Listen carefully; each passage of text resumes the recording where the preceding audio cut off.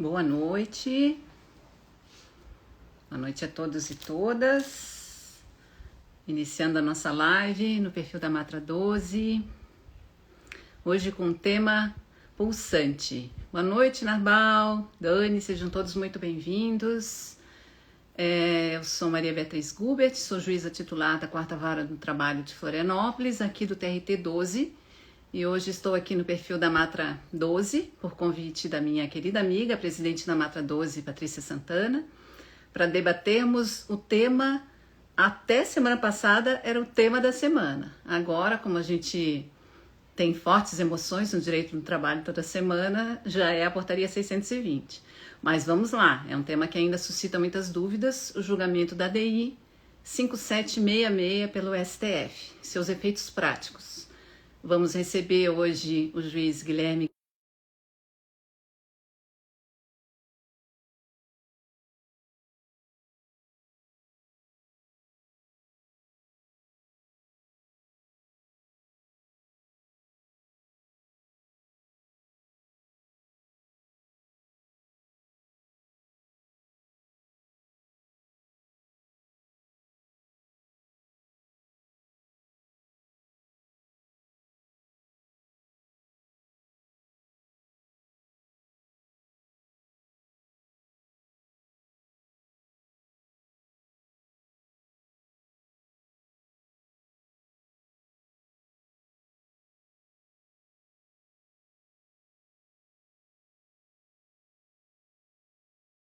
Galo, para que ele entre, que a gente possa iniciar essa conversa, que promete ser muito boa. Olá, Olá, Guilherme, tudo boa bom? noite. Tá sem som? Tá me ouvindo bem? Eu tô te Estão me ouvindo. ouvindo, me vendo bem? Tô sim. Alguém, a Patrícia comentou, tá bom? Agora sim o som, que estava sem som. Mas tá aqui, voltou o som. Que bom. Guilherme, seja muito bem-vindo, né? Tudo Você já certo? és da casa. Muito obrigado, uma honra, uma satisfação estar aqui mais uma vez, viu? Mais uma vez. Sempre um privilégio. Eu brincava com o Guilherme, que é a nossa terceira live, né, Guilherme, juntos. Então ele vai poder pedir música hoje. Vai até cantar no Opa, final.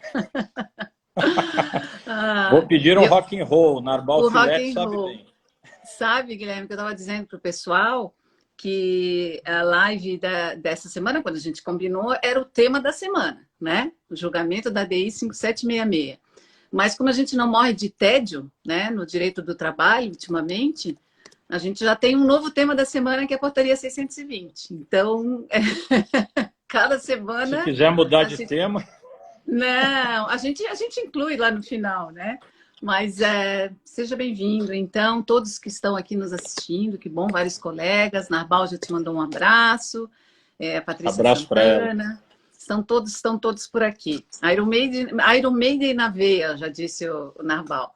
O Isso aí. Reinaldo, a turma, todo mundo prestigiando aqui, porque as dúvidas são muitas. Então, o Guilherme eu vou apresentar, embora todos, né, já o conheçam. É doutor em Ciências Jurídicas pela Faculdade de Direito da Universidade Clássica de Lisboa, professor associado do Departamento de Direito do Trabalho da Faculdade de Direito da USP, livre docente em Direito do Trabalho e doutor em Direito Penal pela Faculdade de Direito da mesma universidade. Membro da ABDT, foi presidente da ANAMATRA no biênio 2017-2019 e é juiz titular da primeira vara de Taubaté, TRT 15. E habitué de lives na Matra, como a gente já falou. Então vamos lá, Guilherme. Começando a nossa live, para o nosso roteiro, a gente vai até meia-noite para escutar aqui o nosso roteiro. Bom, dia 20 de outubro, a gente teve finalmente, depois de 4 anos, né? A ADI 5766 foi protocolada em agosto de 2017, ou seja, mais de 4 anos depois.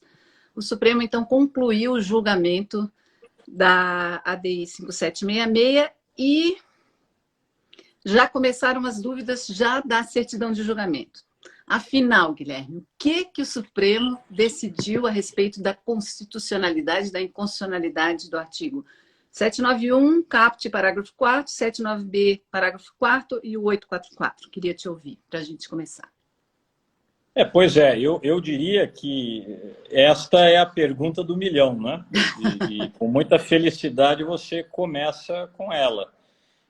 O grande ponto, o grande problema que tem levado exatamente, nós discutíamos, né, durante a semana, que tem levado várias turmas de diversos tribunais regionais do trabalho a não aplicarem imediatamente, digamos, o teor da decisão, porque muito claramente o plenário Supremo reconheceu a inconstitucionalidade. Não é? A questão é a inconstitucionalidade de quê? Do quê? Não é? Com que extensão? Este é o grande ponto. Porque a ação direta de inconstitucionalidade, todos sabemos, neste caso, foi ajuizada pelo Procurador-Geral da República, à altura, que era o Rodrigo Janot, né? Então pela PGR. A Associação Nacional dos Magistrados da Justiça do Trabalho, inclusive, ingressou como amiga da Corte, fazendo coro com a PGR, e o objeto desta ADI era muito bem delimitado. E aí vem a certidão de julgamento e, sem maiores delimitações, fala da inconstitucionalidade. Eu vou até aqui abrir o site do Supremo, olha lá. O que constou ali foi exatamente isso.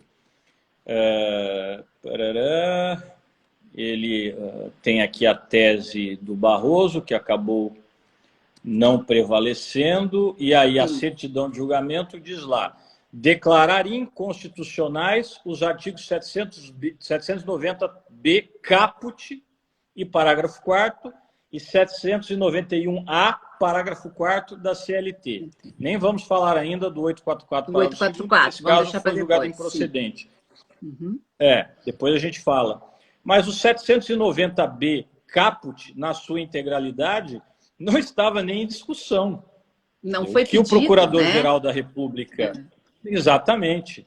O que o Procurador-Geral da República pretendia em relação ao 790b era que se reconhecesse a inconstitucionalidade daquela parte final do caput, ainda que beneficiária da justiça gratuita. Então, se nós consideramos, digamos, literalmente o que está na certidão de julgamento, a partir de agora, a responsabilidade pelo pagamento dos honorários periciais já não seria mais da parte sucumbente. Isso seria inconstitucional. Inconstitucional por quê? Não há razão para essa inconstitucionalidade, isto não foi discutido e não foi pedido. Agora, extra petita, né? Sim. Digamos que é um julgamento extra petita, né? Da forma como está na certidão. Aí, não há dúvida. Mas aí poderiam me dizer o seguinte, aliás, eu discutia isso hoje de manhã com o professor Homero. De manhã, inclusive tive a satisfação, a honra de ter vários de vocês lá, em um evento da EJUDE 2 e da Academia Brasileira de Direito Processual. Muito bom. Nós debatemos precedentes, não é? E falamos, então, de ratio decidendi, não é? De overruling, overriding, de signaling, todos esses institutos, não é? E dizíamos exatamente da coerência necessária que se espera na perspectiva da tese e, inclusive, dos documentos que possam refleti-la. No caso do Brasil, é uma tradição do nosso direito, geralmente as decisões judiciais em segundo grau e nos tribunais superiores têm ementas, não é? Pelo menos naqueles casos mais emblemáticos, e no Supremo praticamente sempre. E temos visto casos em que, inclusive, o que está na ementa não guarda coerência com o teor do voto, e mesmo assim do voto prevalecente.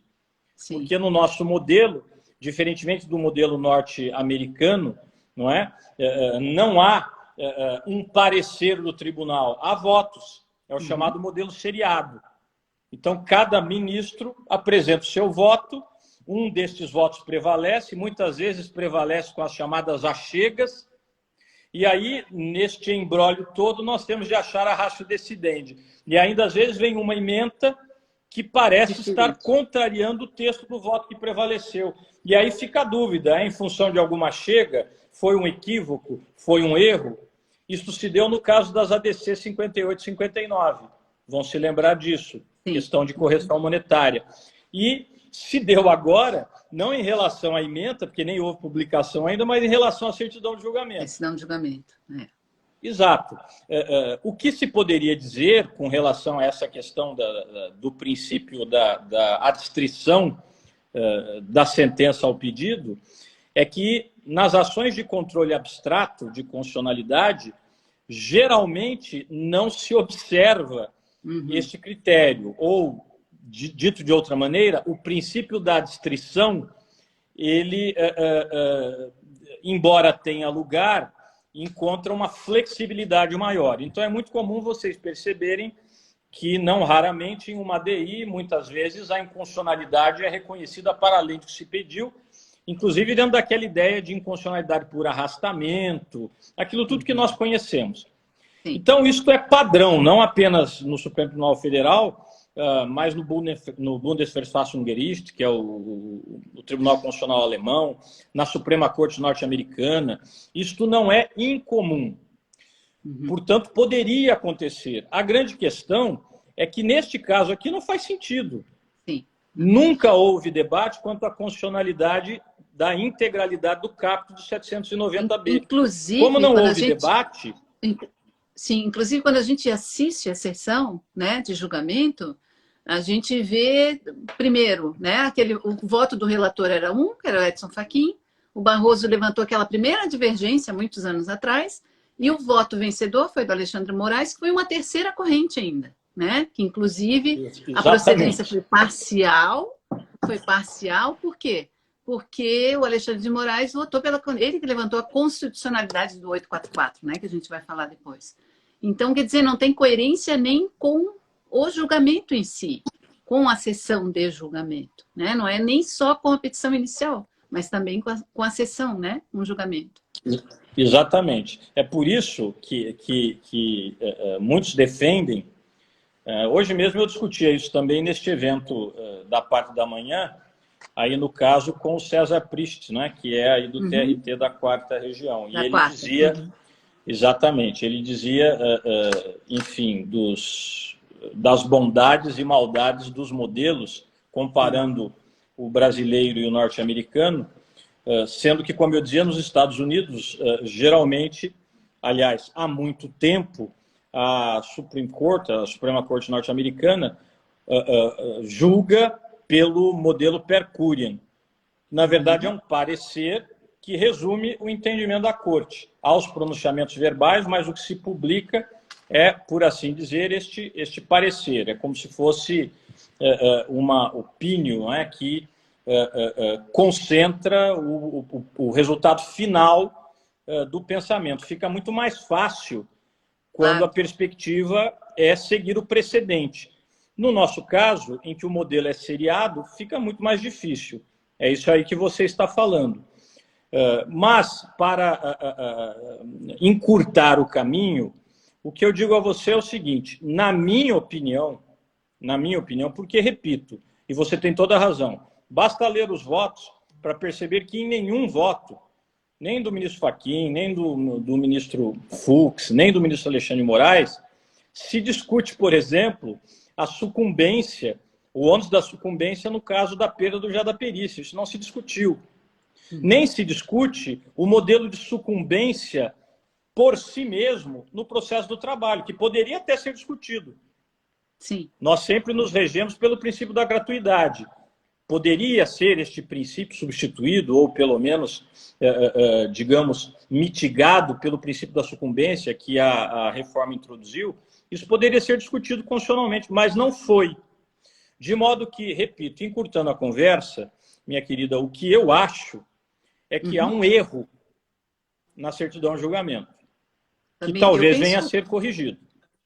Eu penso como eu não tenho outra resposta para dar. E assim, foi aquilo que a gente conversou, né?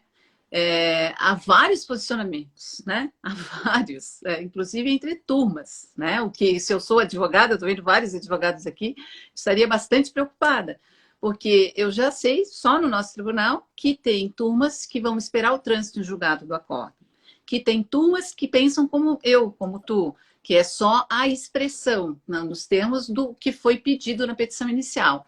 E há turmas que estão declarando inconstitucionalidade na forma da certidão de julgamento. Só aí já são 3 posicionamentos, né? E aí, voltando ali no 791A, no parágrafo 4º, né, que foi a expressão, foi desde que não tenha obtido em juízo, ainda que em outro processo, créditos capazes de suportar a despesa, falando dos honorários sucumbenciais, né? Tu achas que ele passou a ter o mesmo sentido do artigo 98, parágrafo 3º do CPC, Guilherme? O que tu pensas a respeito? Acho, eu vi essa questão, você até tinha me antecipado, e eu achei um excelente apontamento, Bia. Eu acho exatamente isso. Porque, veja, primeiro, então, voltando um pouquinho, nós não vamos discutir aqui princípio da distrição se estamos em sede de controle abstrato de constitucionalidade, mas podemos discutir a melhor interpretação da decisão, não é? E isto está lá no 489, parágrafo 3º do CPC. A decisão judicial deve ser interpretada a partir da conjugação de todos os seus elementos em conformidade com o princípio da boa-fé. Em função disto, do que efetivamente nós vimos ser discutido na sessão pública do Supremo Tribunal Federal. E que bom que houve a publicidade.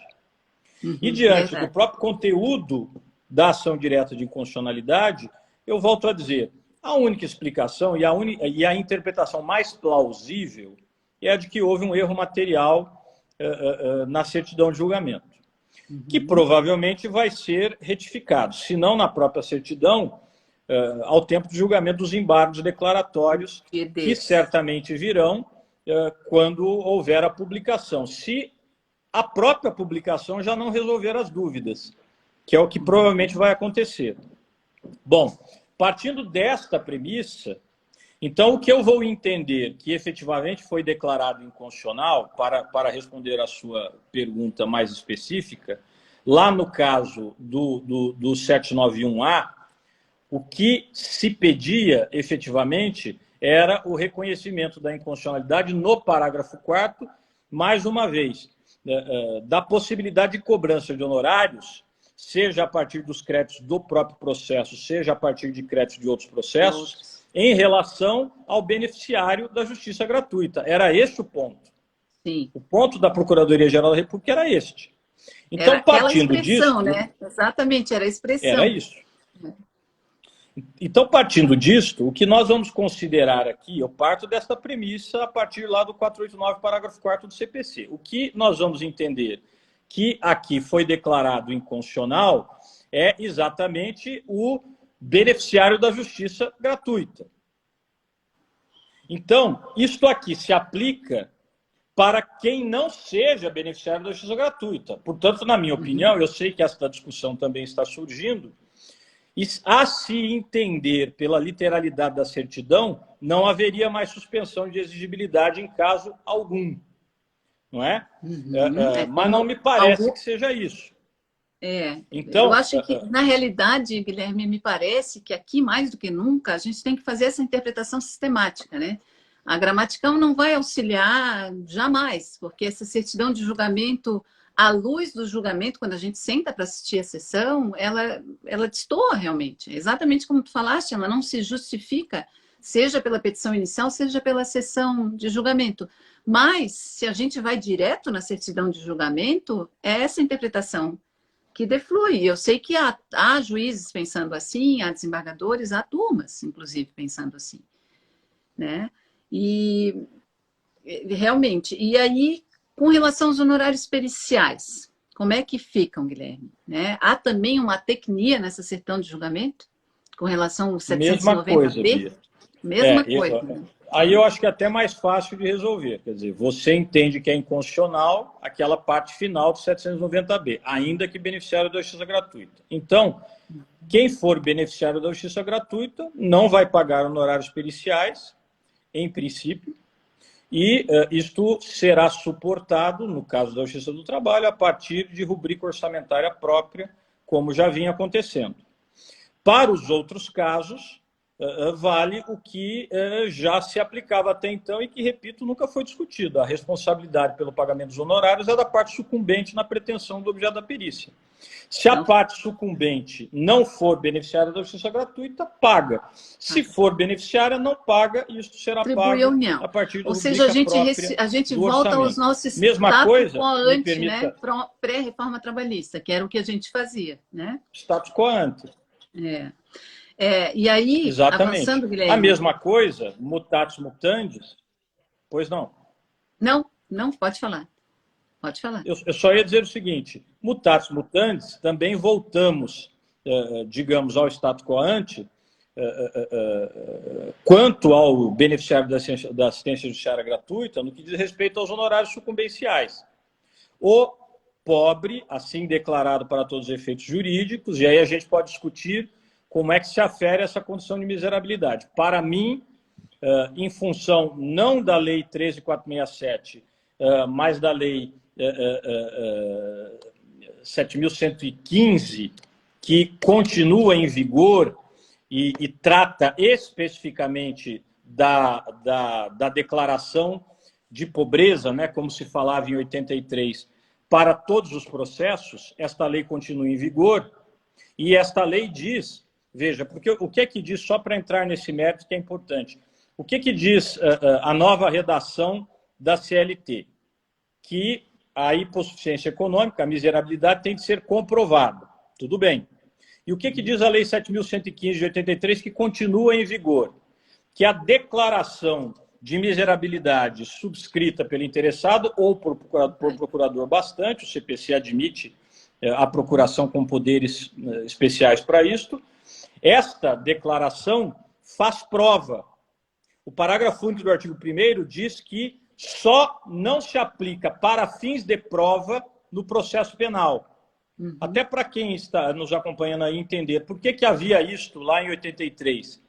Porque antigamente, nos idos de 83, década de 80, o crime de estupro, que tinha previsão, tem ainda, né, mas agora com um tipo penal mais abrangente, ali no 203 do Código Penal, ele só admitia, em princípio, ação penal privada. A única possibilidade, se não fosse, obviamente, inimputável, enfim, ou pessoa que não estivesse em condições de resistir. Mas, se o estupro se praticasse contra uma pessoa maior e capaz, o Ministério Público só poderia agir de ofício se a parte fosse pobre. Era o que se entendia à altura. Então, veja que a pobreza no processo penal tinha um efeito muito pungente. Determinava a própria titularidade da ação penal. Em razão disto, é que se dizia aqui que essa declaração de pobreza só não provava para o processo penal. No processo penal teria de haver outras evidências de que a vítima era pobre. Mas para as outras hipóteses processuais, a contrário senso, vale como prova. Portanto, processo civil, processo do trabalho. Logo, a declaração prova no processo do trabalho por força da Lei 7.115. Consequentemente, a empresa é que tem de provar que o que está ali não é verdadeiro, inverte o ônus da prova. Está ali a declaração, reconhece-se a hipossuficiência, não se paga honorários advocatícios. Este é o ponto. Então, eu tenho o princípio da sucumbência no processo do trabalho, mas ele não alcança o beneficiário da justiça gratuita, porque eu vou reconhecer, em princípio, essa miserabilidade pela própria declaração, Lei 7.115 de 83, e a referência do parágrafo 4º, 791A, com relação ao beneficiário da justiça gratuita, foi declarada inconstitucional. Então, os outros pagarão honorários. O beneficiário da justiça gratuita, não, a não ser que a sua condição mude. Sim. Aqui, eu vou até encaixar a pergunta que o Narbal tinha me passado, que eu achei bem interessante. Não tinha nem pensado nesse aspecto. Uma empresa que obteve o benefício da justiça gratuita também vai se aproveitar dessa declaração de inconstitucionalidade. O Narbal fala assim: pau que bate em Chico também bate em Francisco, ou seja, essa declaração de constitucionalidade dos honorários, né, de sucumbenciais vale só para o reclamante ou vale também para a empresa beneficiária da justiça gratuita? É uma questão boa interessante. Boa pergunta, Narbal. Com certeza. Eu acho, veja, me pegou aqui a queima-roupa, vou responder a queima-roupa. Depois pode ser até que eu dê outra resposta pensando melhor. Muito Mas eu amigo acho que esse sim. narval, né? Muito amigo esse narval. Esse é meu amigão do peito. Eu acho que sim. Não, é como ele disse, pau que bate em Chico, bate em Francisco. Vai valer também, já que a reforma passa a admitir isso textualmente, e eu entendia que mesmo antes já era possível. Se reconhecer este estado de miserabilidade para a reclamada, vale a mesma coisa em relação aos honorários advocatícios que iriam para o advogado reclamante. Agora, tem um ponto, Bia, que para mim é diferente. Esta regra que eu acabei de dizer da Lei 7.115 de 83 diz respeito, aí sim, à pessoa natural, pessoa física, e sim. não à pessoa jurídica. Sim. Basta ler ali o caput do artigo 1º. Residência, pobreza, dependência econômica, homonímia. Nada disso faz sentido pensando em pessoa jurídica. Sim. Então, isso aqui é para pessoa natural. Consequentemente, se a declaração prova para a pessoa natural, ela não prova para a pessoa jurídica. A pessoa jurídica vai ter que provar por outros meios. Sim, eu concordo. Tá, e daí a gente voltando...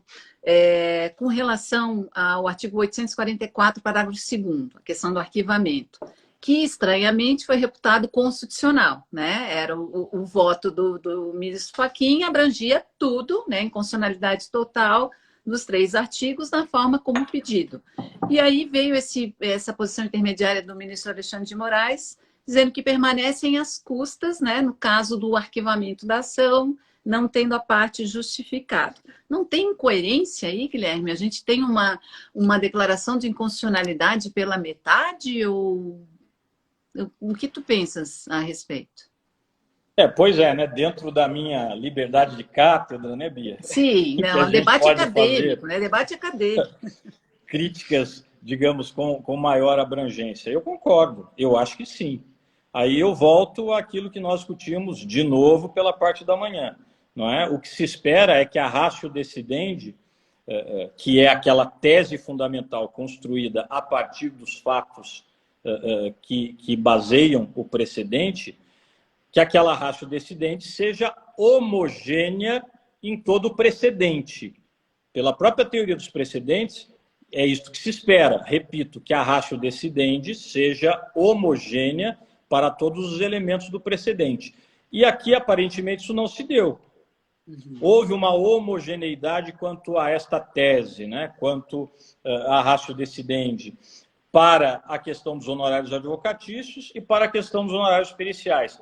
Mas com relação às custas, no caso de arquivamento, não houve. E, me parece, era exatamente a mesma questão.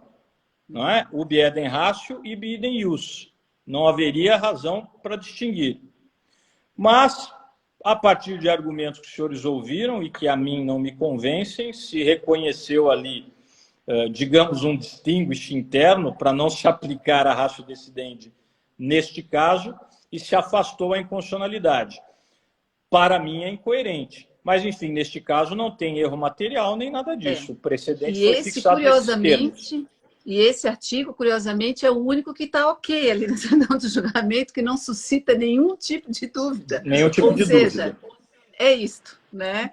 E aí a gente chega na questão da aplicação, né? Essa é outra dúvida. Aplicação imediata, Guilherme, apanha os processos em curso, aguarda o acórdão, aguarda o trânsito em julgado. Tu já adiantaste o teu posicionamento, mas queria te ouvir um pouquinho a respeito disso.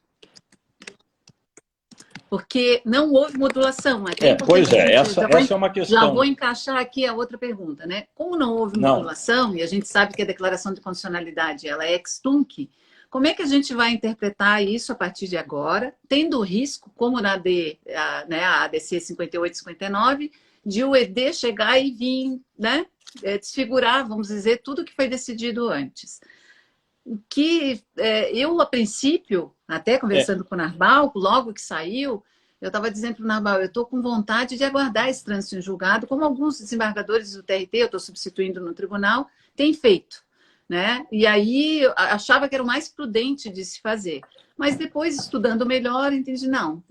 O Narbal até fez um estudo muito fundamentado, me mandou, e eu me convenci que o melhor é aplicar a partir da certidão de julgamento.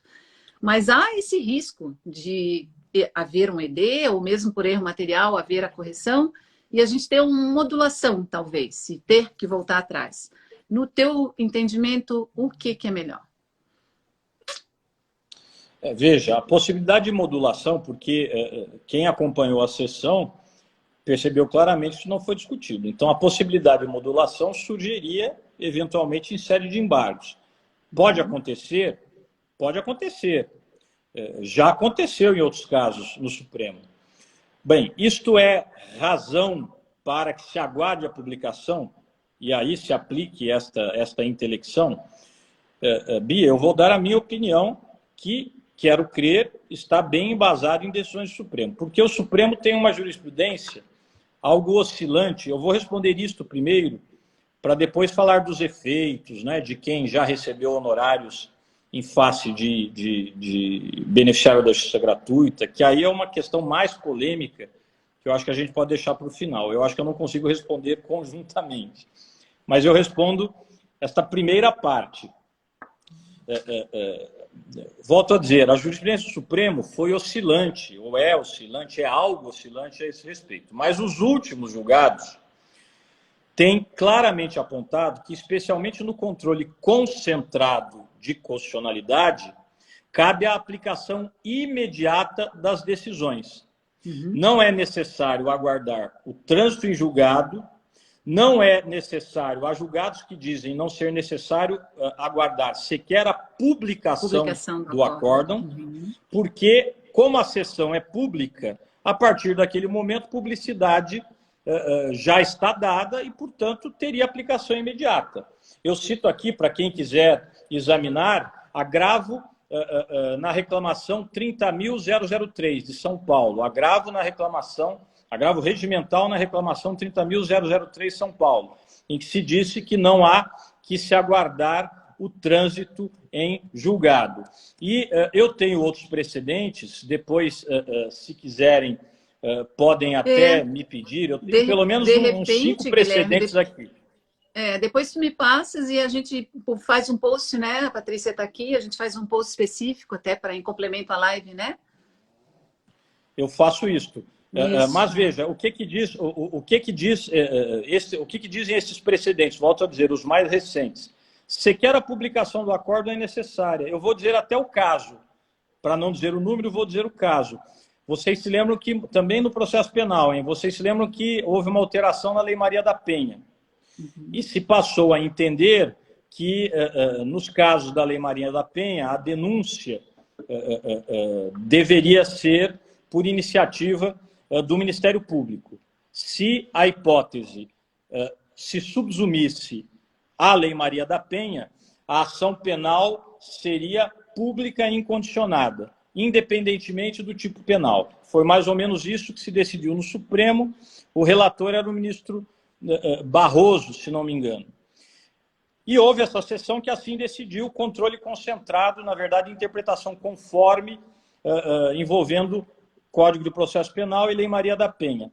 Houve um caso aqui em São Paulo também, Bia, em que houve a sessão, no dia seguinte houve a denúncia, não havia representação da vítima e o juiz criminal entendeu por bem arquivar a ação penal porque não havia representação, dizendo o seguinte: ainda não houve a publicação do acórdão, portanto não vou aplicar.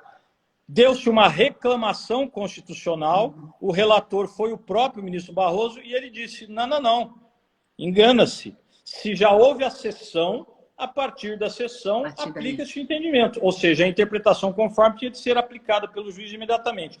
Vale a mesma coisa aqui, na minha opinião. Então, eu, pelo menos, seja no primeiro grau, seja no segundo grau, eu tenho atuado como convocado na 6ª Câmara do TRT-15, eu já tenho aplicado esse entendimento.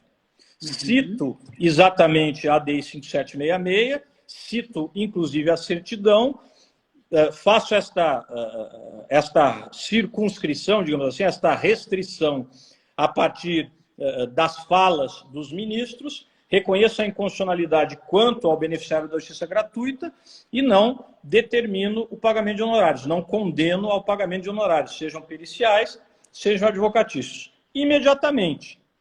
Agora, há o risco de vir a modulação? Há o risco. Já Sim. aconteceu. Não acho provável que isso aconteça, mas pode acontecer. Se acontecer, Sim. haverá lá os caminhos recursais ou processuais para se corrigir isso. Mas eu tenho aplicado imediatamente e sem modulação. Eu tenho feito isso também. E aí, vamos entrar no ED, né? Muita gente tem falado. Bom, sentença prolatada antes do julgamento do STF, antes de 20 de outubro, mas ainda publicada, estando no prazo para a interposição de embargos de declaração. Caberia a parte invocar essa declaração de constitucionalidade para alterar aquela sentença? O que tu pensas? Outro tema polêmico, mas eu entendo que sim. Eu não ia trazer facilidades, Guilherme, não ia trazer facilidades. Tô me sentindo pressionado aqui. Mas, Bia, eu entendo que sim, viu? Até porque isso é interessante. Num caso similar, e veja que este caso, por assim dizer, constrói-se na perspectiva do indúbio pró-operário, né? E, portanto, pelo vetor do princípio da proteção. O que me dá até mais conforto em dar esta resposta. Ou seja, ainda que o acórdão tenha sido prolatado, ou a sentença tenha sido prolatada antes da sessão, isto pode ser arguído em embargos declaratórios, se ainda não transitou em julgado, etc. E mesmo no trânsito, vamos falar disso daqui a pouco.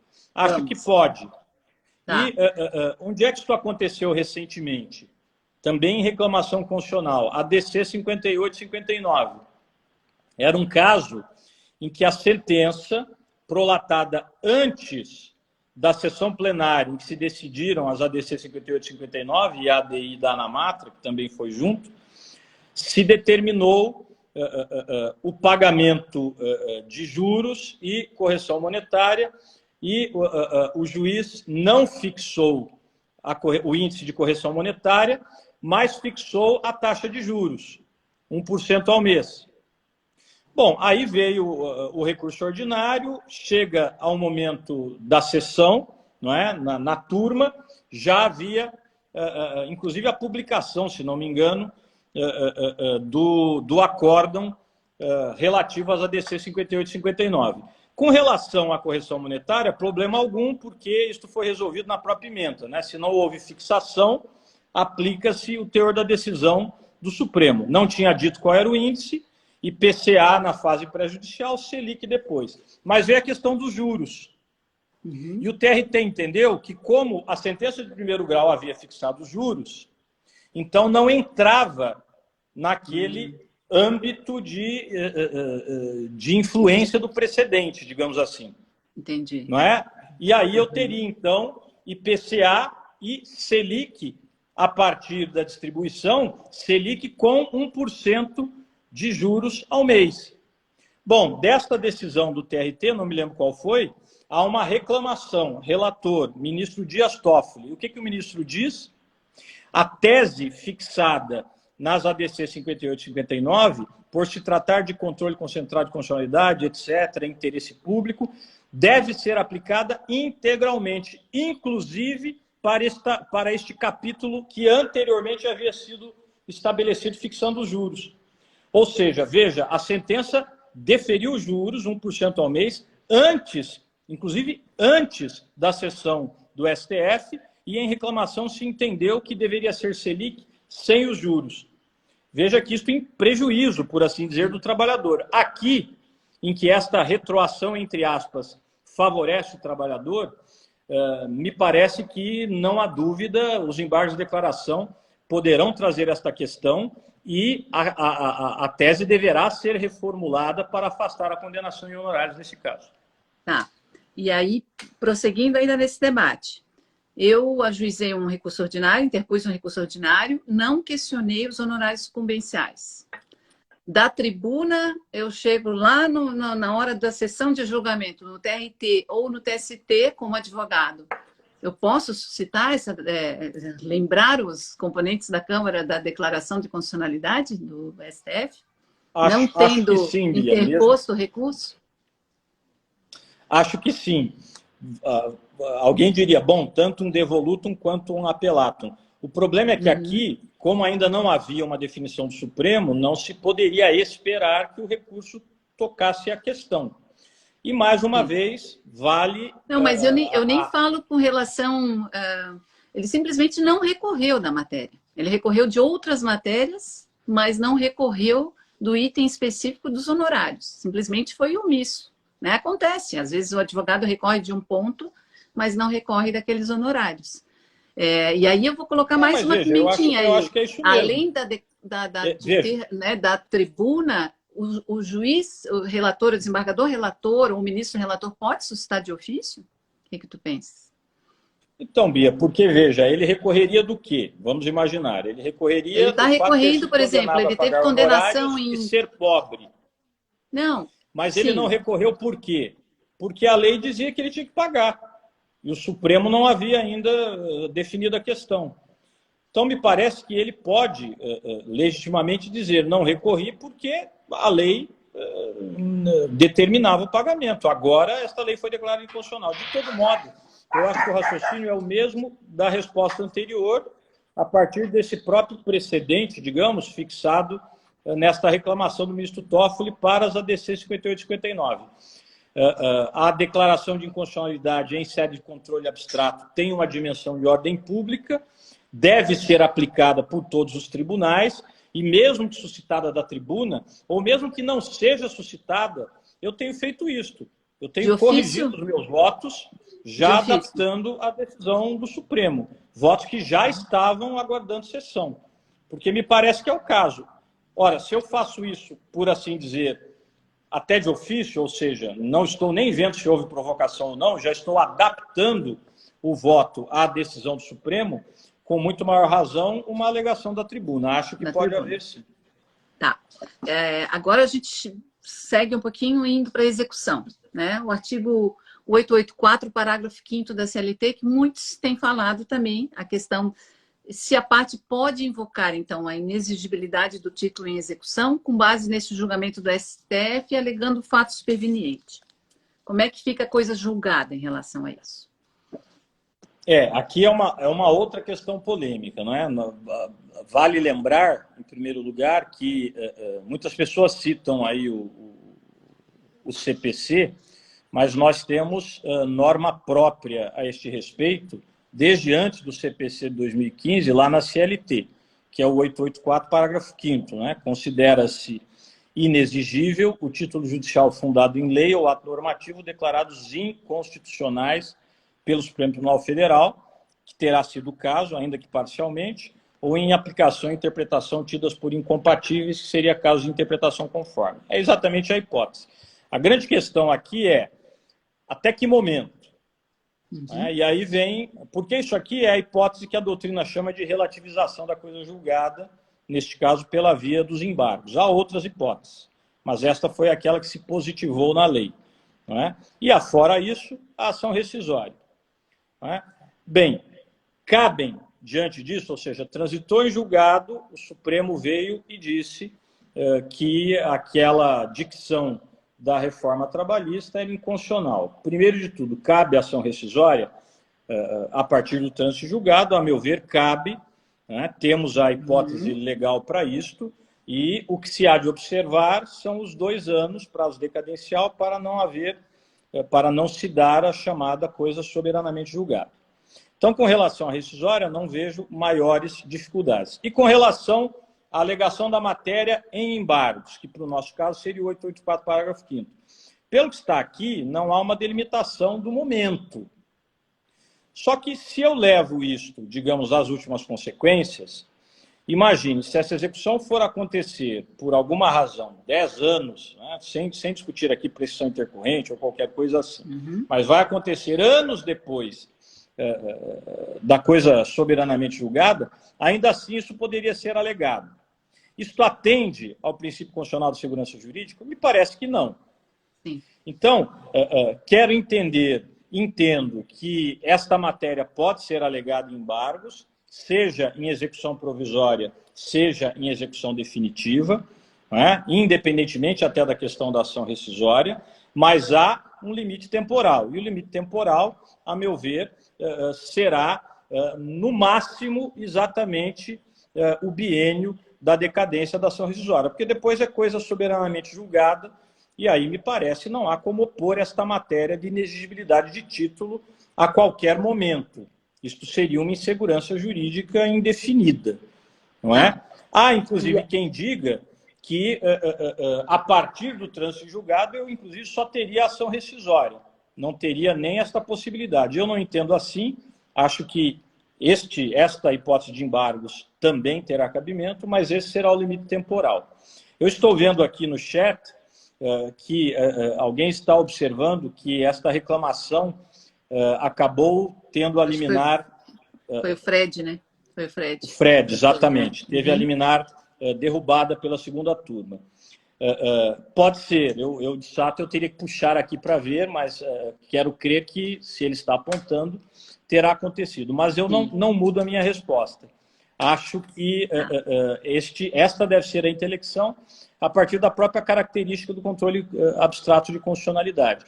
Como há outros precedentes, inclusive plenários, nesse sentido, quanto a esta abrangência. Eu vou dar até um exemplo em outra matéria, Bia, mas que para mim, é bem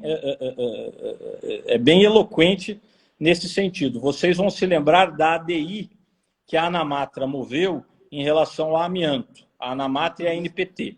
E depois houve outras, não é?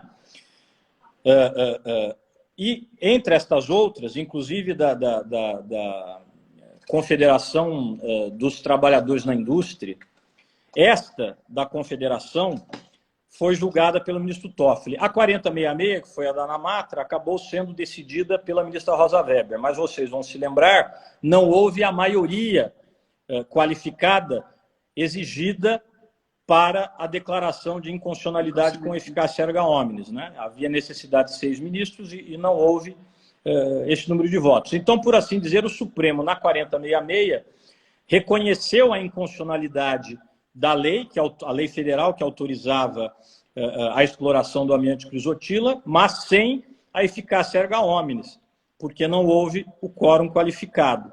Depois, nessa outra, da Confederação Nacional dos Trabalhadores da Indústria, da CNTI, o ministro Toffoli apreciou, só que essa era diferente. Essa pretendia reconhecer a inconstitucionalidade das leis estaduais que proibiam a crisotila. O objeto não era a lei federal. O que fez o ministro Toffoli? E o ministro Gilmar Mendes sempre cita esse precedente, dizendo que isso é uma tendência no Supremo. Na fundamentação, se reconheceu a inconstitucionalidade da lei federal, não no dispositivo, porque o dispositivo cuidou do que pedia a CNTI, que era a questão das leis estaduais. Mas a partir do que seria, portanto, característico do controle difuso, ou seja, a declaração de inconstitucionalidade na fundamentação, o ministro Toffoli puxa para o dispositivo e, pela ordem pública íncita ao controle de constitucionalidade, estabelece que isso terá eficácia erga omnes. Um elemento da fundamentação é puxado para o dispositivo como que o controle difuso gerando efeitos de eficácia erga omnes. Isto, repito, tem sido citado pelo ministro Gilmar Mendes, é na mesma linha do que o ministro Toffoli entendeu nessa liminar. Me parece, portanto, que isto pode ser, repito, arguído em embargos e pode ser aplicado, inclusive, pelo juiz que vai adaptar aquele voto no momento da sessão ao que o Supremo decidiu. Tá. Guilherme, tu já falaste do cabimento da rescisória, né? Desde que, claro, observado o prazo. Os advogados que receberam os honorários figurariam também no polo passivo? E se sim, a competência seria nossa, da Justiça do Trabalho? Quanto à competência, entendo que sim, seria nossa. Não é? É uma daquelas hipóteses que nós vamos encontrar ali na referência do 114, que faz aquela distinção agora entre ações oriundas e ações derivadas. As ações derivadas exigiriam lei. As ações oriundas já têm previsão no 114, inciso 1º. Para mim, é a hipótese típica de ação oriunda, competência nossa. A questão é quando o advogado deverá ingressar no polo passivo aí da ação rescisória. E aí vem uma outra questão que você tinha até aqui me apontado. Bom, mas os honorários advocatícios não têm natureza alimentar? A são súmula 47, repetíveis. né, do STF. Súmula 47 da STF, quer dizer, essa discussão pode ser estabelecida? Veja, a discussão pode ser estabelecida. Se efetivamente haverá ou não, terá ou não lugar o juízo rescisório, o juízo rescindendo, e se efetivamente haverá uma reversão, é outra discussão. Mas o cabimento efetivamente terá. A questão de colocar no polo passivo é exatamente se nessa ação rescisória se pretende como efeito, além de outros ligados ao julgado, inclusive a repetição do indébito, ou seja, receber o que se pagou de honorários. Se for o caso, como a Lei 8.906 diz claramente que os honorários são do advogado, não são da parte, me parece que o advogado tem de ser réu, porque vai interferir diretamente com a sua órbita jurídica. Então, se este é o objeto, ou se este também é o objeto da ação rescisória, com a intenção, inclusive, depois de, eventualmente, mover uma execução reversa, etc., ele terá de estar como réu na ação rescisória, do meu ponto de vista. Agora, cabe ou não cabe? É repetível ou não repetível? Para mim, depende do caso. Se efetivamente se identificar, e aí, em se tratando de advogado, volto a dizer, me parece que isso tem de ser analisado casuisticamente. Se efetivamente estiver evidenciado que ele sobrevive desses honorários, que isto efetivamente tem caráter alimentar, me parece admissível a tese da irrepetibilidade. Se, por outro lado, ficar muito claro que ele é um advogado empresário, enfim, e que, neste caso, ele recebeu honorários, mas ele tem outras rendas, até em função do escritório que ele é sócio, etc., me parece que não se justifica esse argumento e pode haver a repetição. Mesmo porque às vezes tem procurador, né, procurador da República, defensor, que tem, além dos honorários, também tem o salário, né? Então vai ter que ser analisado caso a caso. Tu até mencionaste da repetição de indébito, mas cabe uma ação específica de repetição de indébito? Então, essa questão também você me antecipou, eu confesso que eu fiquei quebrando a cabeça. Eu diria que em princípio não. Eu diria que em princípio não, porque, especialmente se eu já tenho uma decisão judicial e mais ainda um trânsito em julgado que reconhece o direito do advogado de receber aqueles honorários, não é, pela regra anterior, a ação de repetição de indébito por si só teria diante de si uma decisão anterior que ela não poderia contraditar, não é? E, muitas vezes, até o limite, ou a barreira, ou o escudo da coisa julgada.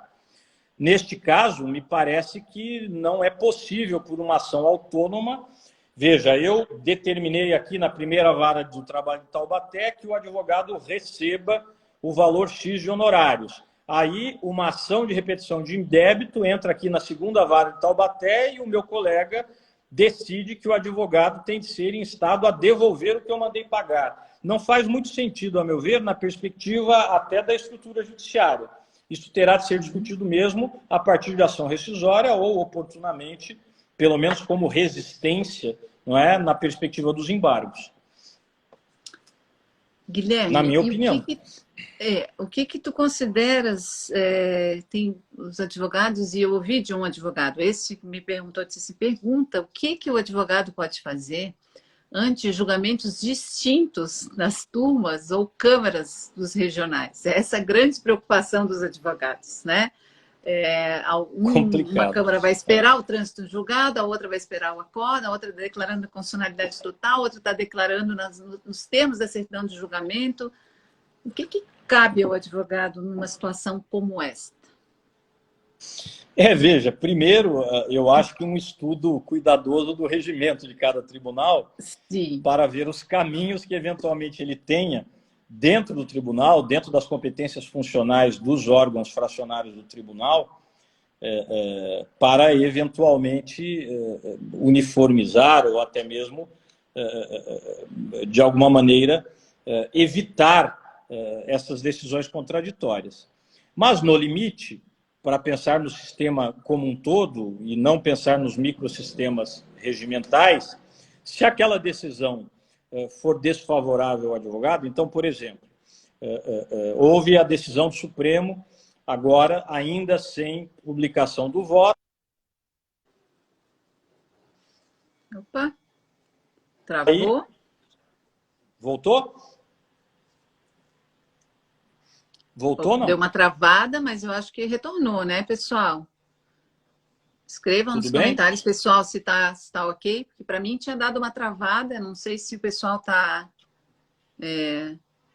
tinha travado em relação a ti. Tu estás me ouvindo? Eu estou te ouvindo. Você está me ouvindo, Bia? Eu estou te ouvindo e estou te vendo bem. Os comentários é que deram uma parada. Ok, ó, Janice está ok, então pode prosseguir. Tá. Pode prosseguir, Guilherme. Então, o que eu dizia é o seguinte, numa perspectiva mais abrangente, fora do microsistema regimental, que aí tem de ver em cada caso, enfim, é assim, se o advogado teve prejuízo, então, por exemplo, houve a sessão plenária do STF e depois, apesar disso, a turma termina condenando o seu cliente ao pagamento de honorários, embora o seu cliente seja beneficiário da justiça gratuita, porque a turma entendeu que só vai aplicar a intelecção do Supremo quando houver publicação, para não ter dúvida. O que cabe? Se isto não tiver uma solução interna ali e, inclusive, outras turmas tiverem outras decisões. É claro que eu não tenho o caminho do recurso de revista pela contradição entre as turmas. Não é hipótese. Mas eu certamente, ou eu provavelmente terei a possibilidade de demonstrar divergência em relação a outros regionais.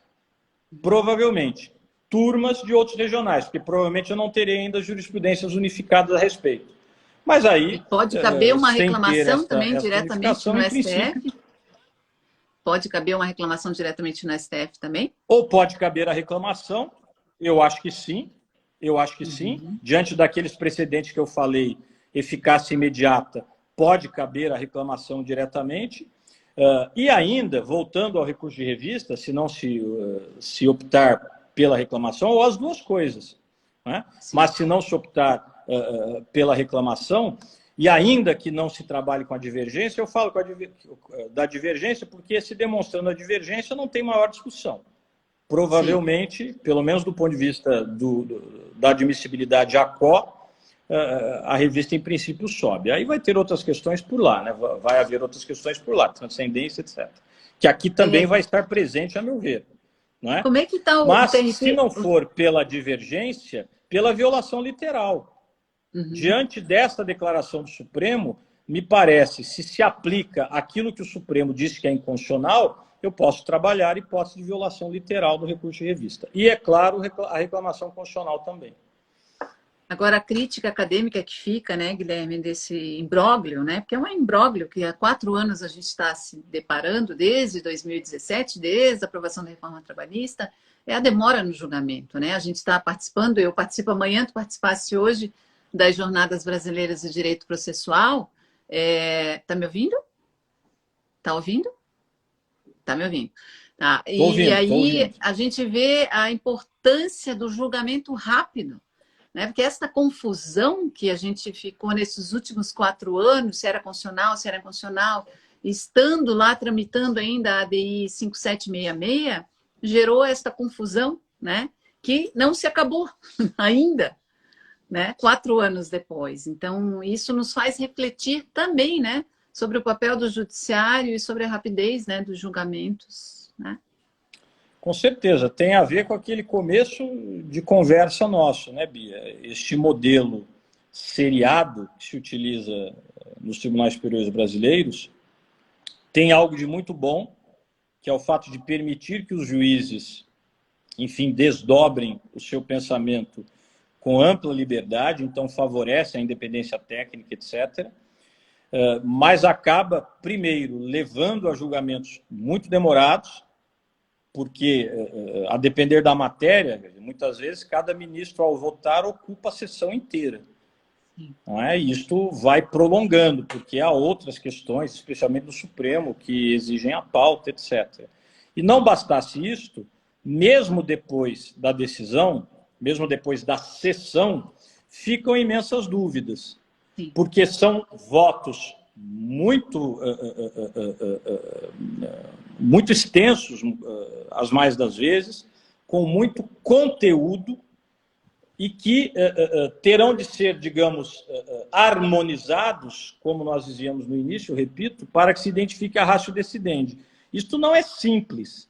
Seria muito mais simples no modelo per curiam, em que eu tenho ali a opinião e aquilo é o que fixa o entendimento do tribunal. Não temos isto. Isto favorece este quadro que você falou, que é a demora. E acaba sendo muito ruim neste modelo, né, de precedentes à brasileira, quando os tribunais regionais, os tribunais de justiça, querem se amoldar aos precedentes, mas têm dúvidas sobre qual é, de fato, a direção do precedente, qual é a ratio decidendi. É isso que nós estamos vivendo.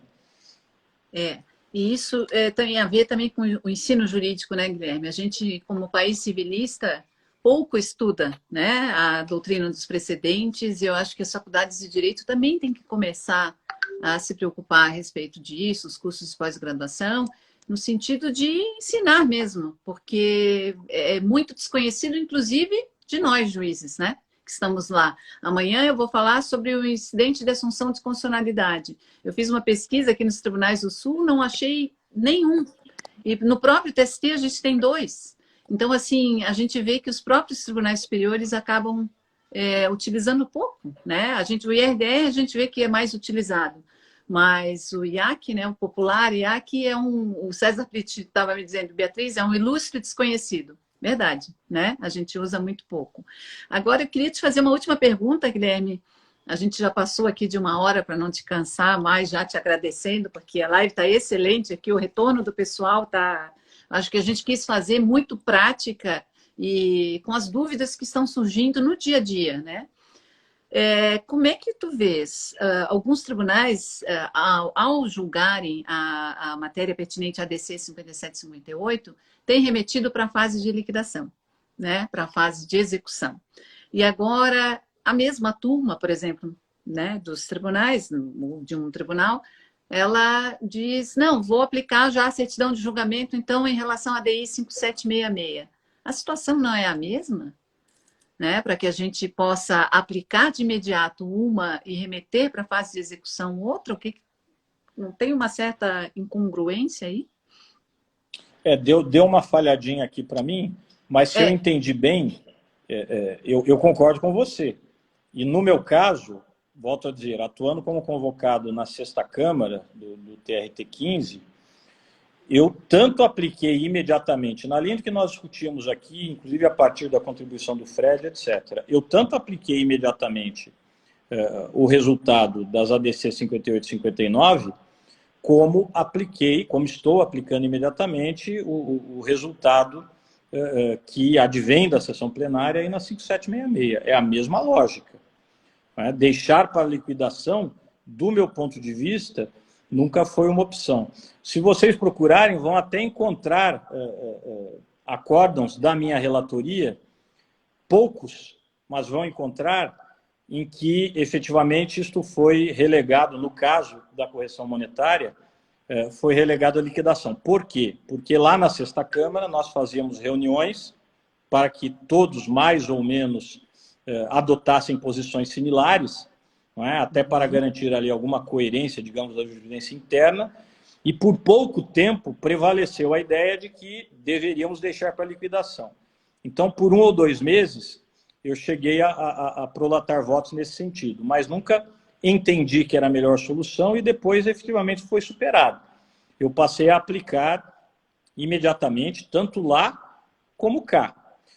Apenas com relação a isso, já que estamos falando disso, com relação a esse aspecto, eu, pessoalmente, sempre entendi que, a despeito do caráter de ordem pública, que efetivamente está envolvido em uma declaração de inconstitucionalidade, em regime de controle concentrado, etc., eu sempre entendi, até pelo voto do ministro Gilmar Mendes, originalmente, e depois também pela publicação do acórdão, que, e inclusive defendi isso em várias lives, também em um artigo que foi publicado recentemente, que a questão da ADC 58-59 deveria considerar sempre o trânsito em julgado por capítulos. teoria dos capítulos da sentença Cândido Rangel Dinamarca, Pontes de Miranda. De modo que, para mim, naquele exemplo que eu mencionei, dos juros que foram aplicados em primeiro grau e não houve recurso a respeito, para mim, ali havia o trânsito em julgado, na minha opinião. Minha opinião. E, por conta disso, havia uma outra questão de ordem pública, que era a segurança jurídica nesse caso. Então, eu defenderia, neste caso, que sim, teria de ser taxa Selic mais 1%. Mas, como eu disse, na reclamação, o ministro Toffoli entendeu de outra maneira, me parece que a segunda turma, então, derrubou isto. Fica a lógica de que controle concentrado envolve ordem pública. Mas, neste caso específico, há uma outra questão, que é o trânsito por capítulos, que teria de ser considerado. E que vale aqui no caso dos honorários também. Tá? Se houver trânsito, aí é aquela história. Ou ação rescisória ou embargos. Tá. E, Guilherme, uma curiosidade, como é que o TRT-15 tem visto essa matéria da DI 5766? Está tendo essa divergência entre turmas, entre câmaras? Tu tens notícia? Então, você sabe que aqui, no TRT-15, nós tínhamos, inclusive, uma arguição de inconstitucionalidade que estava em vias de ser julgado. Não é? O relator é o desembargador José Otávio. Ele, salvo engano, chegou a pautar isto no pleno judicial. Depois se entendeu por bem não julgar imediatamente. E, no final das contas, agora o Supremo decidiu. Quer dizer, obviamente que ali perde o objeto no âmbito do TRT-15. E em outros tribunais, inclusive, já havia o reconhecimento com a cláusula de reserva de plenário, né, a súmula vinculante 10, já havia o reconhecimento dessa inconstitucionalidade. Não era o caso do TRT-15. Agora, volto a dizer, esta discussão plenária acho que fica prejudicada e, de fato, nós temos percebido entre as turmas alguma variação quanto à aplicação imediata ou não. Com relação ao fato de que a certidão, digamos, não pode estar dizendo o que ela aparentemente diz, me parece que não tem muito debate.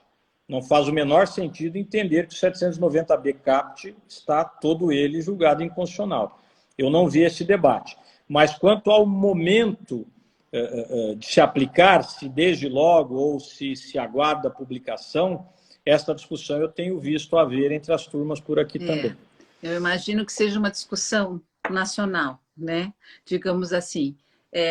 Guilherme, eu te agradeço muitíssimo. A gente já está com 1h10 de live aqui. A gente teve uma super audiência, inclusive do ministro Lélio Bentes, né? Eu vi que ele entrou. Que honra para nós. O Lauro saudou. Então, assim, uma plateia destacada, desembargadores do TRT 12, 15, 2. Eu vi porque o Lauro é o nosso host, sabe? O Lauro de Campos, ele dá as boas-vindas a todo mundo aqui. E então, assim, te agradeço muitíssimo. Eu acho que foi muito salutar o nosso debate. A gente trouxe todas as questões, as mais complicadas possíveis, porque a gente sabia que o Guilherme ia entregar, né? Então, já te devolvo a palavra para as considerações finais, Guilherme. Eu agradeço imensamente, Bia, a Matra 12, meus queridos amigos, estou vendo vários aqui, Narbal, a Patrícia, enfim, vários amigos aqui, a Neidinha, olha aí, o Aderson. Tá aí. Exato. Então, é uma honra sempre. Me chamem outras vezes, né? Quero pedir música de novo, né? Me chamem mais 3 vezes aí até o fim do ano.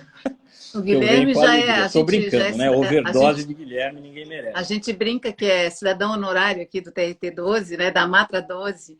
E aí, Guilherme, para encerrar, eu sempre gosto de trazer uma frase, enfim. E aí eu adoro o Mário Quintana, né? Meu gaúcho aqui do estado vizinho. E ele tem uma frase muito bacana que diz assim: a resposta certa não importa nada. O essencial é que as perguntas estejam certas.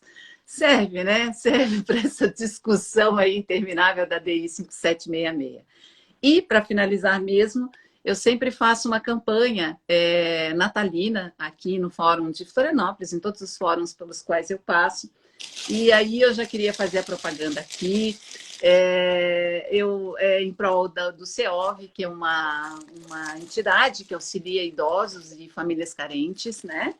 Essas bonecas aqui são o meu xodó, eu sou madrinha dessa campanha. São 2 cestas básicas ou R$ 130, mas maiores informações no meu perfil, vou dar início à campanha amanhã. É uma campanha que eu tenho muito carinho, sabe, Guilherme? Então, essas bonecas, principalmente nesse momento de pandemia, vão beneficiar muitas famílias que estão em situação bem difícil, né? A gente tem visto um aumento do mapa da fome no Brasil, mas quem quiser ajudar, maiores informações no meu perfil pessoal, pode me chamar no direct ou mesmo através do direct da Matra, que a Patrícia redireciona. Guilherme, muito obrigada. Foi um prazer te ter aqui. Seja sempre muito bem-vindo e que a gente possa fazer presencialmente, né? A gente está há 2 anos fazendo lives e mais lives. Quero muito. E seja sempre muito bem-vindo aqui em Santa Catarina, que a gente gosta muito de ti, tu sabes disso. Obrigado. Pessoal, um abraço para você, viu, querido? A live ficará salva aqui no perfil da Matra 12. Patrícia, muito obrigada mais uma vez pelo convite. Todos que nos assistiram, obrigada pela assistência, né? Obrigada por terem assistido esta live e sigam o perfil da Matra 12. A gente sempre está com lives muito diferentes sobre variados assuntos. Temos várias lives salvas no perfil. Nos acompanhem aqui nas redes sociais, assim como o professor Guilherme Feliciano, né? @Guilherme Feliciano 378, eu acho, né? Tem um finalzinho Isso. ali. É isso aí. Sigam o Guilherme, que sempre tem bastante conteúdo. Guilherme, muito obrigada. Um beijo, querido. Um beijo para todos. Boa noite. Beijão para todo mundo, pessoal do Núcleo, amigos e amigas que eu não referi porque não deu tempo. Sintam-se todos abraçados. Beijão. Boa noite, pessoal.